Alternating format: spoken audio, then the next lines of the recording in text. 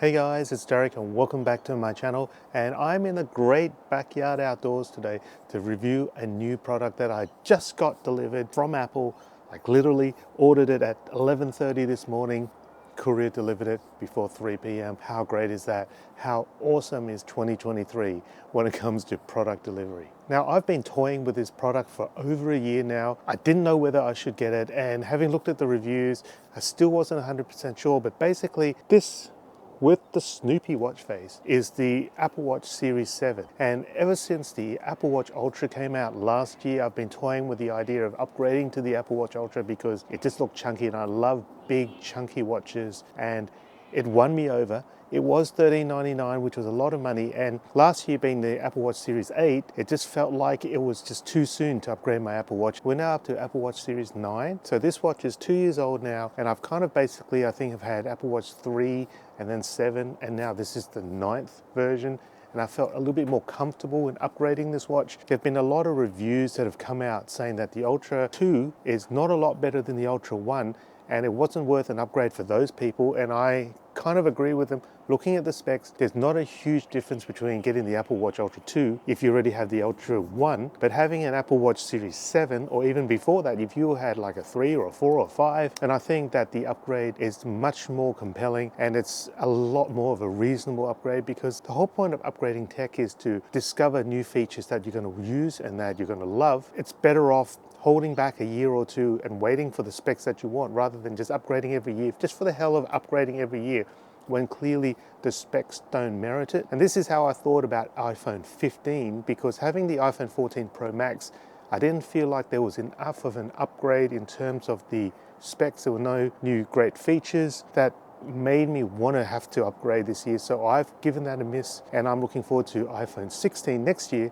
I just felt like this year was not unreasonable to upgrade from this watch to the Apple Watch Ultra. As I said, if I had the Apple Watch Ultra 1, I probably wouldn't consider this upgrade. So here we are, sitting in the backyard. This hot little package just arrived. I can't get this open at all. Here we go. It's happening now.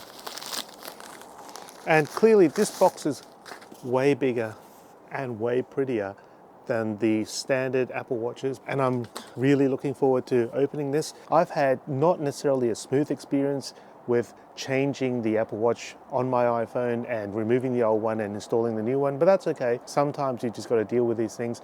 The thing is, if you really want to, you can actually keep the old watch paired and have the new watch. So you can actually swap them out. If one day you feel like wearing your Apple Watch Series 7, you could do that, and the next day you want to wear the Ultra, you can do that too. I have a feeling that I'll probably hand this off to another member of my family so that we can make 2 people happy instead of just one, which I think is great. So this is the really pretty box. It has Apple Watch written on it. And the Apple Watch Ultra comes in 2 iterations. It's a small to medium and the medium to large in terms of the watch band. And it comes with 3 different types of watch bands. So there's the trail loop, which is the one I got. There is the alpine or the ski loop, and then there's the ocean loop. Depending on which flavor you prefer, that would be the band that you choose. And they're roughly, I think they're actually exactly the same price. It comes with 3 different colors. Let's just not waste any more time. So this just opens up like that. And this unfolds, and first it has the pictures of the watches and some basic instructions as to how to use your new Apple Watch, and then there's the watch itself, and then there is the watch band. So I'm actually going to do this backwards, and I'm going to open the watch band first. Now just remember, all the Apple products that were announced in the September 2023 iPhone event, they focused on this whole carbon neutral thing, which is good for the environment, and that's no different with this watch band. It's got the green little logo that says carbon neutral, and this one is the blue medium to large trail loop. And just gonna peel that back there, and that opens up. Now I'm not sure whether these are compatible with other Apple Watches. I might actually try that out in a second. This is the trail loop, and it kind of goes on like all the other Apple Watch bands. If I take off this Apple Watch 7 and remove one of the watch bands here, it's the same connection. So I reckon this watch band will actually fit. I have a feeling that this will actually fit Actually it does, it locks in. So the watch bands fit.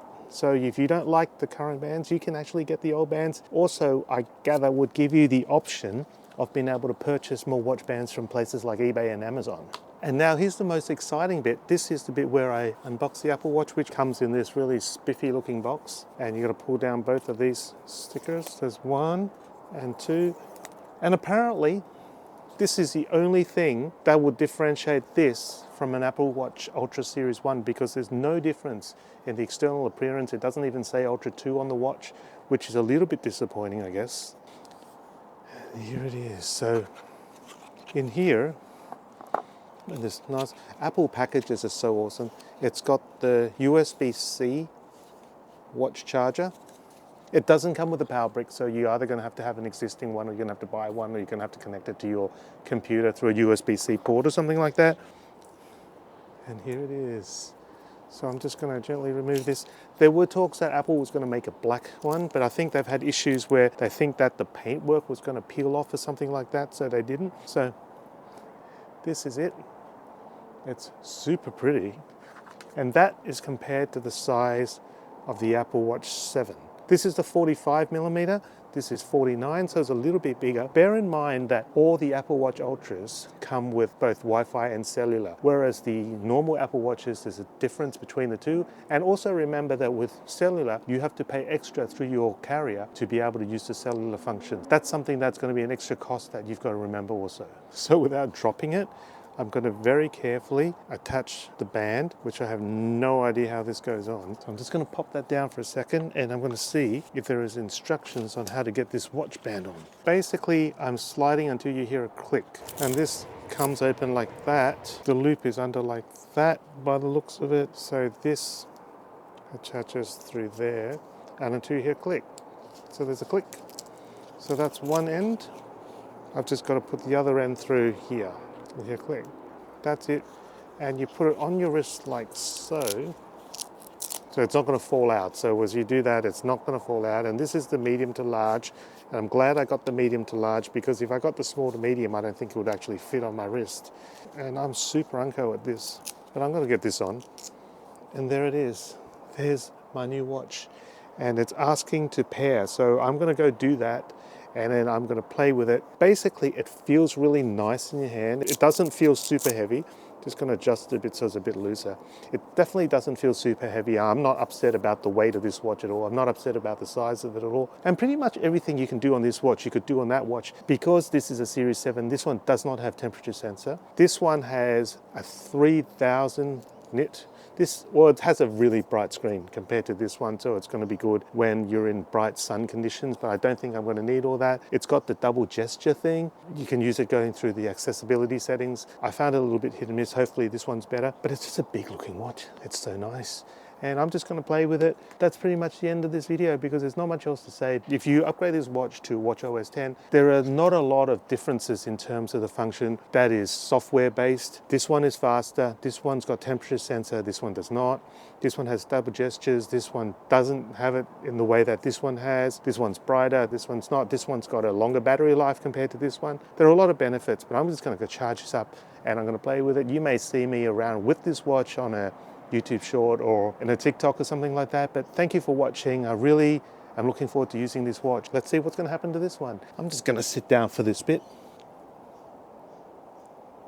So guys, just a few final words on the Apple Watch Ultra Series 2. It is an expensive watch. It's almost, if not double the price of the Series 9. Is it worth the upgrade? Well, I can't tell you that. No one should tell you whether you should upgrade any piece of tech. It's entirely up to you, and it's based on a number of factors. It's based on, one, whether you have the disposable income to upgrade in the first place. Two, and I think also as important, is whether you think that there are any compelling features that are missing from your current device that you really, really crave and that you think would be super useful in a new device. There's no point just upgrading for the sake of upgrading. If I had the Ultra 1, I wouldn't upgrade to the Ultra 2. If I had Series 8, I probably wouldn't upgrade to the Ultra 2. But I have a Series 7 and I thought it is time. Whenever a new piece of tech comes out, there's two things. It's either going to be an incremental upgrade, so the battery's a bit better, the processor's a little bit better, there's features that are a little bit better, or there's going to be something major that comes out. For example, in terms of the Apple Watches, it's when you could do ECG. It's when you could do oxygen saturation. It's when you can check your temperature. More than just an incremental upgrade. Most people don't fully use the capabilities of any piece of their tech anyway. So how many people care, for example, that the iPhone 15 shoots in Pro RAW and all this kind of stuff, because 90% of people don't even switch on the Pro RAW when they use the camera on an iPhone anyway. Don't let anybody tell you that you need to upgrade to any piece of tech. Don't let the fear of missing out be the reason why you want to upgrade a piece of tech, because that's the dumbest reason to upgrade tech, because you want to look like everyone else. And you don't want to look like anyone else. You want to look like yourself. And it's actually going to doom you to a life where you're just trying to keep up with the Joneses, and that's not what tech is all about. I love tech. That's why I make tech videos. That's why I do tech reviews. But I love tech because of the capability of this tech to improve the quality of my life by making things either more fun or making things more efficient. Yes, I've upgraded to the Ultra 2. I'm not saying whether you should or not, and that's entirely your decision. I hope you enjoy this video. I hope you keep watching. I'm going to upgrade my tech when I feel like it's appropriate, when I have the ability to do so. So remember to like and subscribe. Thank you once again for watching, and I'll catch you next time in another video. Bye.